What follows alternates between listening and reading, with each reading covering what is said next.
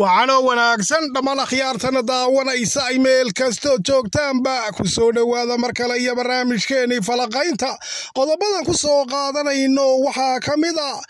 falcelinta ka dhalatay magacaabistii uu madaxweynaha jamhuuriyadda Soomaaliland mudane Ciro oo u magacaabay taliyaha ciidanka qaranka jamhuuriyadda Soomaaliland inuu noqdo Master Gaxnug iyo waxa hadda qacdi ugu weynayd ay ka yeedhay cadawga Soomaaliland oo markaas siyaabo kala duwan hadda argagax ugu dhacay iyada laftarkeeda waan idin hayay dhaqdhaqaaqyada ciidamada qaranku hadda ay ka wadaan fariisimada hore ee markaas jiidaha hore taasi oo markaa dareenka aad u kicisay cadawga Soomaaliland oo wadnaha farta ku haya in markaas lagu soo ruqaansado iyo taliyahan markaas hadda la magacaabay falcelinta kala duwan ee markaas hadda ka soo baxaya oo markaa iyadana eegi doono iyo sida markaas muwaadiniinta reer Soomaaliland iyo dhinaca kale cadawga jamhuuriyadda Soomaaliland ay saameyn ugu yeelatay waxa kale oo ku soo qaadanaynaa barnaamijka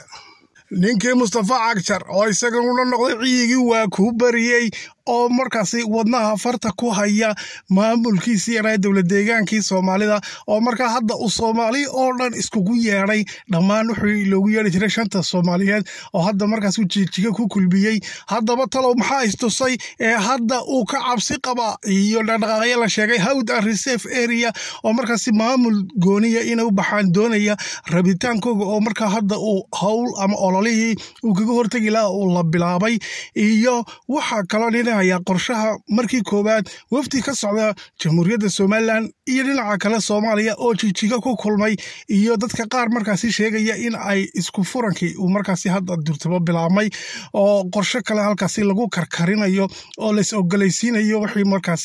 inta shanta Soomaaliyeed yaani wax saasa kadibna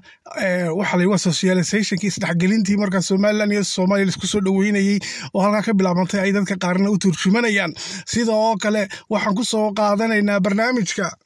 garyaqaan guuleed dafaaco isaguna qoraal ku soo qoray bartiisa Facebook ka dardaar wariyay kana wabiyay oo markaas yiri dawladda mudane Cabdiraxmaan Ciro way fashilantay buu markaa doorashooyin waqtigoodii ka soo hormaray ayaa loo baahan yahay oo markaas halka qayladaan ayuu isaguna ka soo tabiyay waxaanu sheegay inaan markaas hadda sii socon kareyn talo maxaa istusay markaas garyaqaan guuleed dafaacna isagana waynu eegi doonaa dhinaca kale waxa la magacaabay taliyaha bilayska ciidamada qaranka jamhuuriyadda Soomaaliland oo Cabdilaahi Cabdidheere oo sareeyo guuto markaas loo magacaabay Cabdidheere inuu noqdo markaas taliyaha ciidamada booliska jamhuuriyadda Soomaaliland haddaba arrinta laftarkeeda dad badan bay iyaduna ka yeersiisay oo markaa hadda ubay qaadan la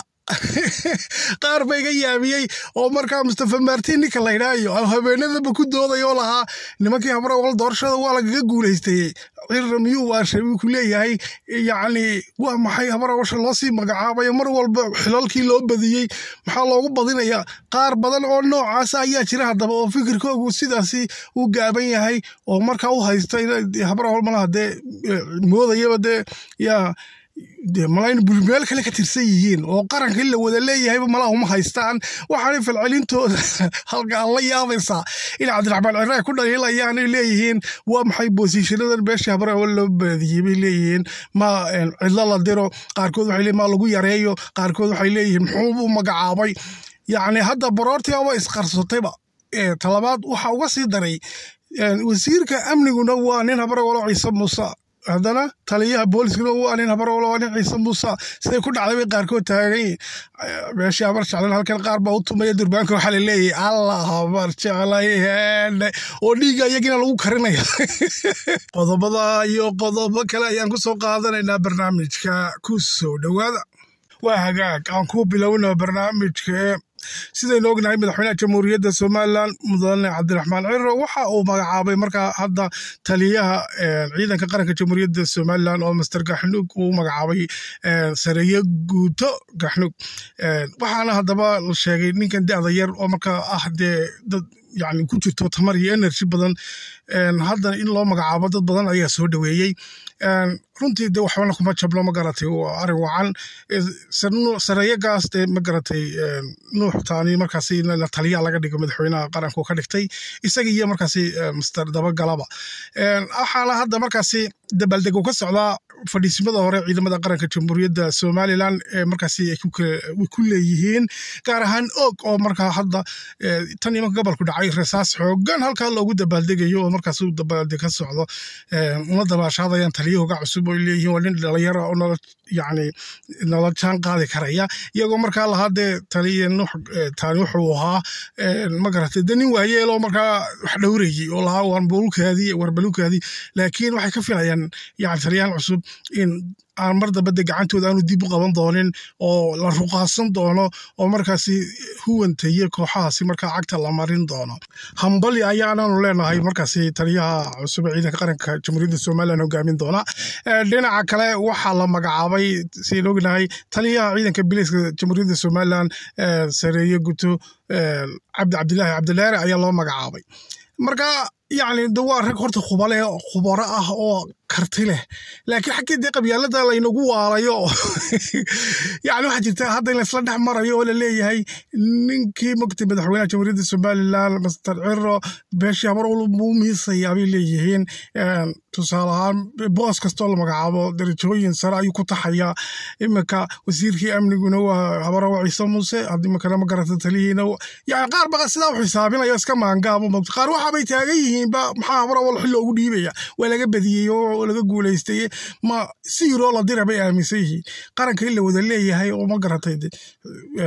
طلبات بعدين عرب دبنبا تبهش سوير ولا goobi استراتيجي oo dhabay degan tahay in markaas si dal la shaqeeyo oo la ogaado oo qayb siyaasadda kamid bolosiga boogtay diblomaasiyadda kamid weeyaan madaxweynaha diblomaasi oo uu og yahay magaratay meesha dawladdiisa dantu ku jirto marka in waxyaabaha magacaabay madaxweynaha faragelinta laga daayo weeyaan qabyaalada iska daysan weeyaan ma magarateen in dultabaad boogtay dawladdii aad ku kacdaan rag badan baan arkayaa oo le way fashilantay hadda moogtay raggaasi qaar waxa kamid nin Mustafa Martin ilaa maalinta toole isagii cali xalaale ba halka Mareykanka ka soo caytabayo lahaa habarawal maxaad ugu magacaabaysaa maxaad ugu miisaysaa raggii kalamad yani waa maangaabnimo halka zero bay taagay moogtay ragga qaarkood marka waxa weeye nin walba taagtay fikirkii uu hadlaa والمدحوينها الله يلاليون لنا هاي ويان دولديسا بل كويني شلay tola garab cararey iska dhigayay ragu hiilinaya ayuun bal maanta ugu horeynaya ragga wax fashilinaya wallahi billaah madaxweynaha ma garatay wuxuu doono magacaabaya faraha laga qaado oo moogta qarannimada la ilaaliyo ileen beelays dilay meelan hayne meesha siyaasad bal uu kala xisbiya la kala reerab xisbiya kala la may hayntii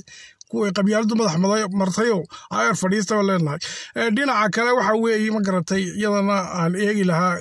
garyaqan gule difaac oo nin aqoon-yahan isagu ah oo runtii ma garatay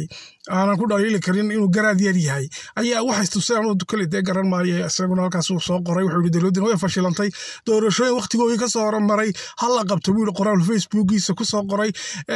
waxaana uu yiri markii hore madaxweynuhu mabuu diyaarsanay Mr. Ciro yani xil qabanay waa heli isma u lahayn buu yiri oo wuxuu mucaaradadu bal fogaatay yani ololihii laakiin nidaamintii waxba ka maqan buu ku dhaliilayo hadda waxa uu soo jeedinayaa uu leeyahay waa in doorashooyin waqtigoodii ka soo hormaray la qabto garyaqaankana isagana dee mooyi kolley aqoon yari ma hayse mooyi isaguna ma garatay kolley waxba istusay dhinaca ka gudbo dhinaca cagjar baan u gudbayaa waxa weeye ninkii cagjarna godkiisa biyo ugu galeen waxa uu laganayaa ma garatay ku xigeenkiisa ninka madaxtooyada qaabilsan Xuseen Qaasin ayaa balaayo moogtay madaxa iyo faraha u galiyay dagaalkii la saacanood abaabulay wakii garaadgala dagaalku sheegay lahaa ninkii dagaalkaasi naga caawiyay buu haddaba masiibadii sidii loo waday Xuseen Qaasin waa ka dacwalay haddana dagaalka ka bilaabay waa ka ma garatay ka beeshi raashiqa saxaaq ay kacday hawd reserve area ayaa hadda iyaga dirkii oo dhan ay dhaqdhaqaajinayaan waxaana hadda markaasi dastuurka Itoobiya wuxuu ogol yahay in ma garatay waa sharciyan way ku qoranta dastuurka cidii isku timaada ee markaasi masiirkooda ka tashata ee kaliya doonaysa gooniya waa la ogoliyay wax laga cabaada ma aha moogtay sharciga ku taala dastuurka Itoobiya ku taala isagu laakiin hadda wuxuu arkaa in la afgambiyay yani oo moogtay umka Soomaalida oo dhan iskugu yeeray qaar ka tagay in xaamudiyadu moogtay halkii iyaga meel moogtay lagu casuumay bariis laga gurayo joogay iyo wax isku mid baa la yiri markaasi Soomaaliya ka socotay qaar Gaarisa ka socday halkaasa waxaa markaasi lagu muujinaya xalay tolanka arkayey iyo yaro bariis halkaa dee lagu qaybinayo lagu casheeyey oo deetana la leeyahay soomaalidii shantii soomaaliyeed baa isku timid marka adu calaa kulli xaal waxaa la sheegayaa halkaasi oo falanqeeyaashu ay ka soo saareen laba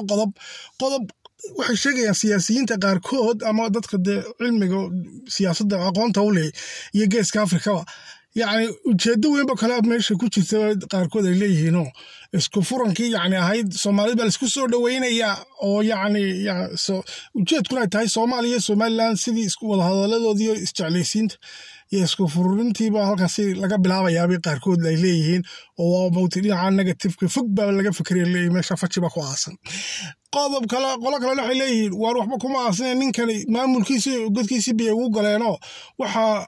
dirkii harayaa masala xabiis leeyahay oo dhaqdhaqaaqyadan hawda reserve areada socda yaan arrintu gaarin referendum ama afti la qabto mar haddii afti ay gaadhana